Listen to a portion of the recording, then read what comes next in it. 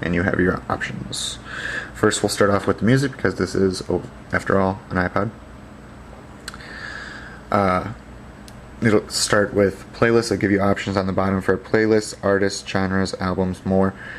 You can hit more, and it'll give you the rest of the things. And if you want to change any of the things down on the bottom bar, you can hit edit, and then drag. Say you wanted podcast down there, you can drag it down to the bottom, and it will replace whatever you had down there. And I had genres down there, so I'll put that back. And then you just hit done, and you're back. We'll start off, we'll go to artists. The bar on the right has a whole bunch of letters, so you can click on any of the letters to quickly jump to any part of your list. Say I wanted to go to the end, or a certain letter, you can do that. You can also scroll using a flicking motion, like this. The faster you flick, the further it'll go.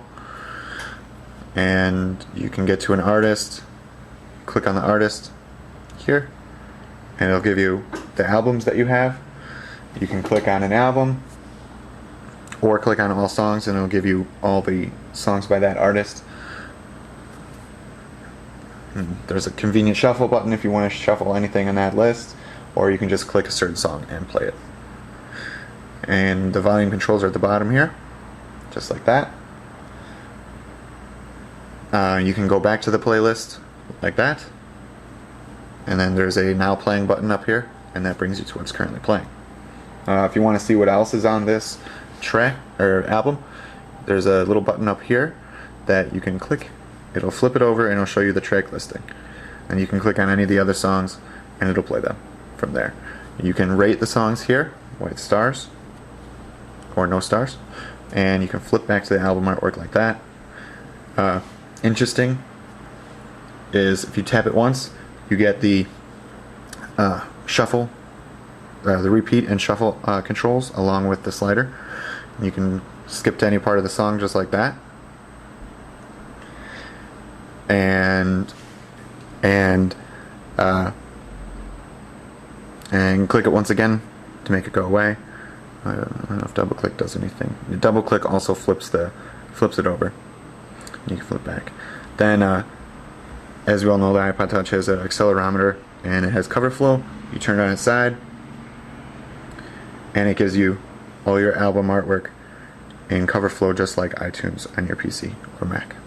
And you can flip through this just as easily as the iPhone, because it is exactly the same. Say you wanted to see Weezer, click on it, it'll flip it over, and you can play a song. And it'll play. Click off to flick back, or to flip it back over. You can click the little eye down here, it does the same thing, flips it over just like that. You can click pause and stop from there too. Then you just flip it back over, and it's back into the regular display playing the song, just like before. Okay, we're done with the iPod now. We'll go back and let me stop it from playing. You can go back to the home screen by clicking the home button. Videos, I only have one, but we'll show you it anyway. You just click on the video you want to play, and it'll start playing in landscape mode. You have the controls up top. You can change where it goes to. You can pause, skip to the next movie, but I don't have one, so it won't do anything. You can change whether or not it's going to fill the whole screen or keep it in the original aspect ratio, but this movie is designed for the iPod, so it fits the whole screen automatically. You can double tap to do the same thing, but it won't change.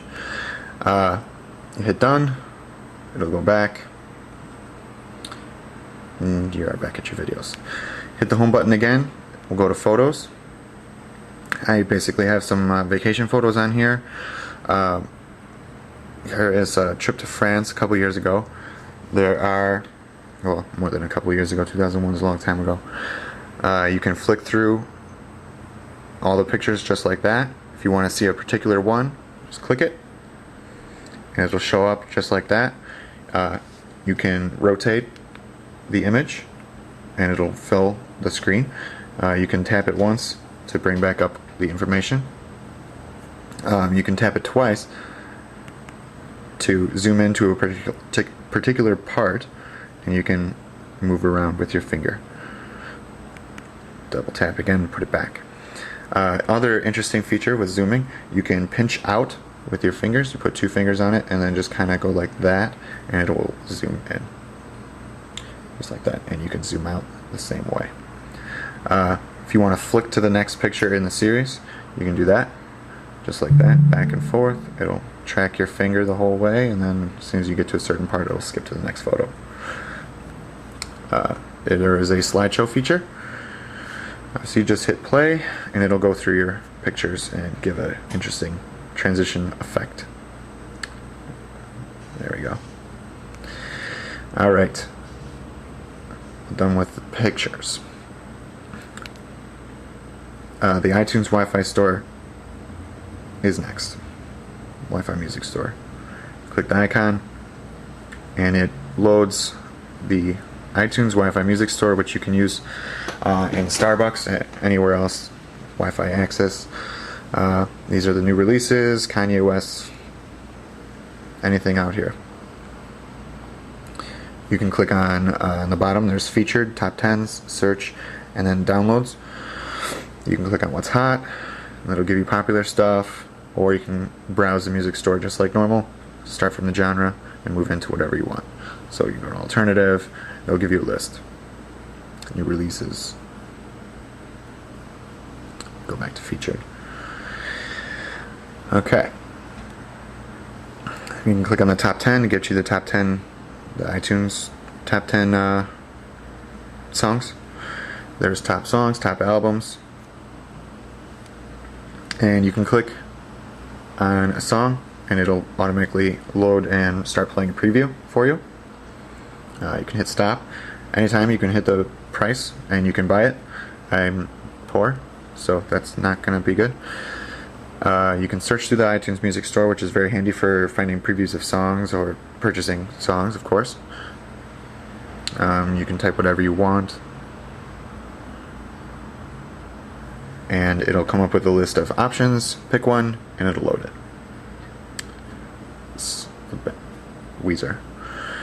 You can click on the album. Obviously, it works just like the regular music store on the PC or Mac, and you can buy songs just like that too. There's a list of downloads. If you're downloading music to your iPod, you'll be able to play it right away, and it'll sync to your PC next time you sync it. Okay, enough with that. Now, my favorite